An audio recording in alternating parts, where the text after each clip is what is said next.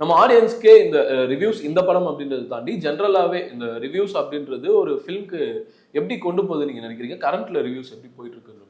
இல்லை, இப்போ super star ஃபிலிமோ ஒரு தளபதி ஃபிலிமோக்கெல்லாம் ரிவ்யூஸ் தேவையில்லை. அஜித் சார் ஃபிலிமுக்கெலாம் ரிவ்யூ நமக்கு வந்து படம் நல்லா இருக்கு நல்லா இல்லை, அதை தாண்டி அவங்க பார்க்கறதுக்கு அவங்களை என்ஜாய் பண்ணுறதுக்குன்னு ஒரு கூட்டம். நாட் ஜஸ்ட் ஃபேன்ஸ், ஃபேமிலியோட வச்சுருவாங்க. இப்போ ஒரு வீட்டில் குழந்தை இருக்குன்னா அது ஒரு சூப்பர் ஸ்டார் ஃபிலிம், ஒரு தளபதி ஃபிலிம் கண்டிப்பாக பார்க்கணும் ஆசைப்படும். ஸோ அப்படி இருக்க சமயத்தில் கண்டிப்பாக வந்து இதில் எண்ட் அப் கமிட் தேட்டருக்கு வந்து தான் படம் பார்ப்பாங்க. ரிவ்யூ பார்த்து யாரும் வரப்போகிறது கிடையாது. ஸோ அதோட இம்பேக்ட் வந்து ஒரு சின்ன படங்களுக்கு வேணால் இருக்கலாம். இப்போ ஒரு டூரிஸ்ட் ஃபேமிலியாக இருக்கட்டும், ஒரு மர்மரன், அதுக்கெலாம் வந்து ஒரு ரிவ்யூ, ஒரு பப்ளிக் ஒப்பீனியன். இப்போ நம்ம தேட்டர் வாசல் நீங்களாம் வந்து எடுப்பீங்க. ஸோ அவங்களோட ரிவ்யூ கண்டிப்பாக ஒரு பெரிய அளவுக்கு ஒரு இம்பாக்ட் கிரியேட் பண்ணும். சின்ன படங்களை தூக்கி விடுறதே அந்த மாதிரி ரிவ்யூஸ் தான். ஒரு வேர்ட் ஆஃப் மவுத் தான் ஒரு சின்ன படம் வந்து பெரிய லெவலில் பேசும் பொருளாக மாறுது. பட் இந்த மாதிரி பெரிய படங்களுக்கு அது பெருசா ஒரு இம்பாக்ட் ஆயிருக்காது. ஆச்சி கொழுக்கட்டை மாவு வந்தாச்சு. ஆச்சி கொழுக்கட்டை மாவிற்கு கொழுக்கட்டை அச்சை கேட்டு வாங்குங்கள்.